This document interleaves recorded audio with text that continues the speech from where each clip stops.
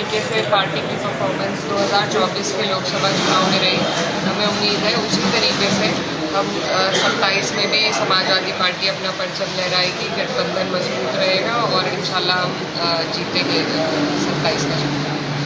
सांसद जी, महिला सशक्तिकरण पर आप क्या कहना चाहिए? जैसे आप सांसद हुई और कहीं ना कहीं आपने अपने तौर पे महिलाओं की आवाज़ को बुलंद किया, क्या लगता है भविष्य में भी ऐसी चीज़ें बढ़ेंगी? जी बिल्कुल, हमारी कोशिश है कि ज़्यादा से ज़्यादा महिलाएं आएँ। एक जो 33% इन्होंने रिजर्वेशन का बिल पास किया है, वो धरातल पर उतरना बेहद ज़रूरी है, क्योंकि हमें लीडरशिप देने की ज़रूरत है महिलाओं को कि वो अपनी आवाज़ खुद उठा सके। अब वो वक्त चला गया कि उनकी आवाज़ कोई और उठाए, तो हमारी यही सरकार से मांग है कि जो उन्होंने कानून पास किया है उसको धरातल पर उतारे, जल्द से जल्द उसे इम्प्लीमेंट। 2027 को लेकर के राजनीतिक भूमिका और बताइए अपनी।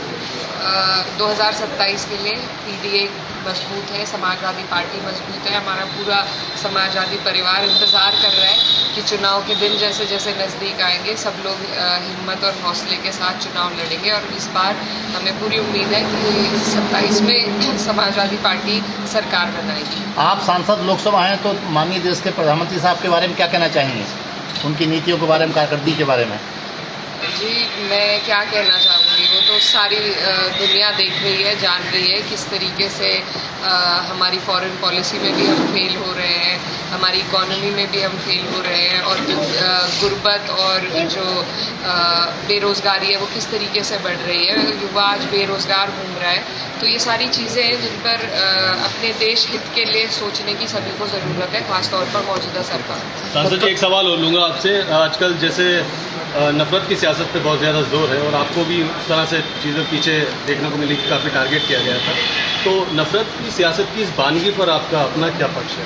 देखिए, ये दस्तूर ऊपर से चलता है और सरकार के ज़रिए से, उनके सहारे से ये दस्तूर चलाया जा रहा है, और ये बहुत अफसोसजनक है हमारे लिए। दिल दुखता है कि वो जो हमारा हिंदुस्तान हुआ करता था आज से 10-15 साल पहले, आज हालात बदल गए हैं कि पड़ोसी से नाराज़ है, नफ़रत की भावनाएं लेके लोग जी रहे हैं। तो ये इसमें कहीं ना कहीं जो सोसाइटी पर जो प्रभाव पड़ता है सरकार की पॉलिसीज़ का, उनकी नीयत का, वो देखने को मिल रहा है, और इन्होंने हमें बहुत पीछे धकेल दिया है। बहुत टाइम लगेगा हमें इन हालातों से उभरने में, लेकिन उम्मीद है हमें कि उम्मीद पे दुनिया कायम है, और अगला जो हमारा वक्त आएगा वो बेहतर होगा।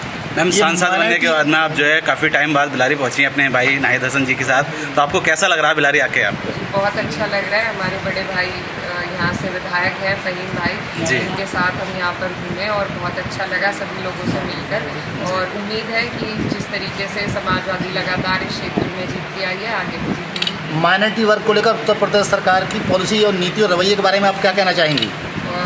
जी देखिए, बिल्कुल हमारे ऊपर तो बुलडोज़र का राज चल रहा है, और आज ये हालात बना दिए गए हैं कि डर डर के सब जी रहे हैं कि कब किसके घर पे बिना बात मुकदमे आ जाएंगे, बिना बात बुलडोज़र चल जाएगा। तो जिस देश के हालात ऐसे हो जाते हैं कि वहाँ की माइनॉरिटी को इतना दबाया जाता है, वो देश तरक्की नहीं कर पाता। ये हिस्ट्री में भी साबित है।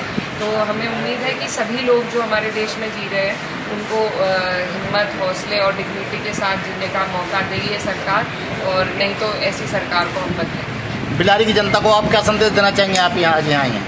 मेरा यही संदेश है कि जिस तरीके से अमन भाईचारे के साथ देश के लोगों को जीना चाहिए, यहाँ के लोग उस तरीके से अपने भाईचारे को कायम रखें, आगे बढ़ें, और जैसे उन्होंने आज तक यहाँ पर समाजवादी का झंडा बुलंद रखा, आगे भी बुलंद रखें।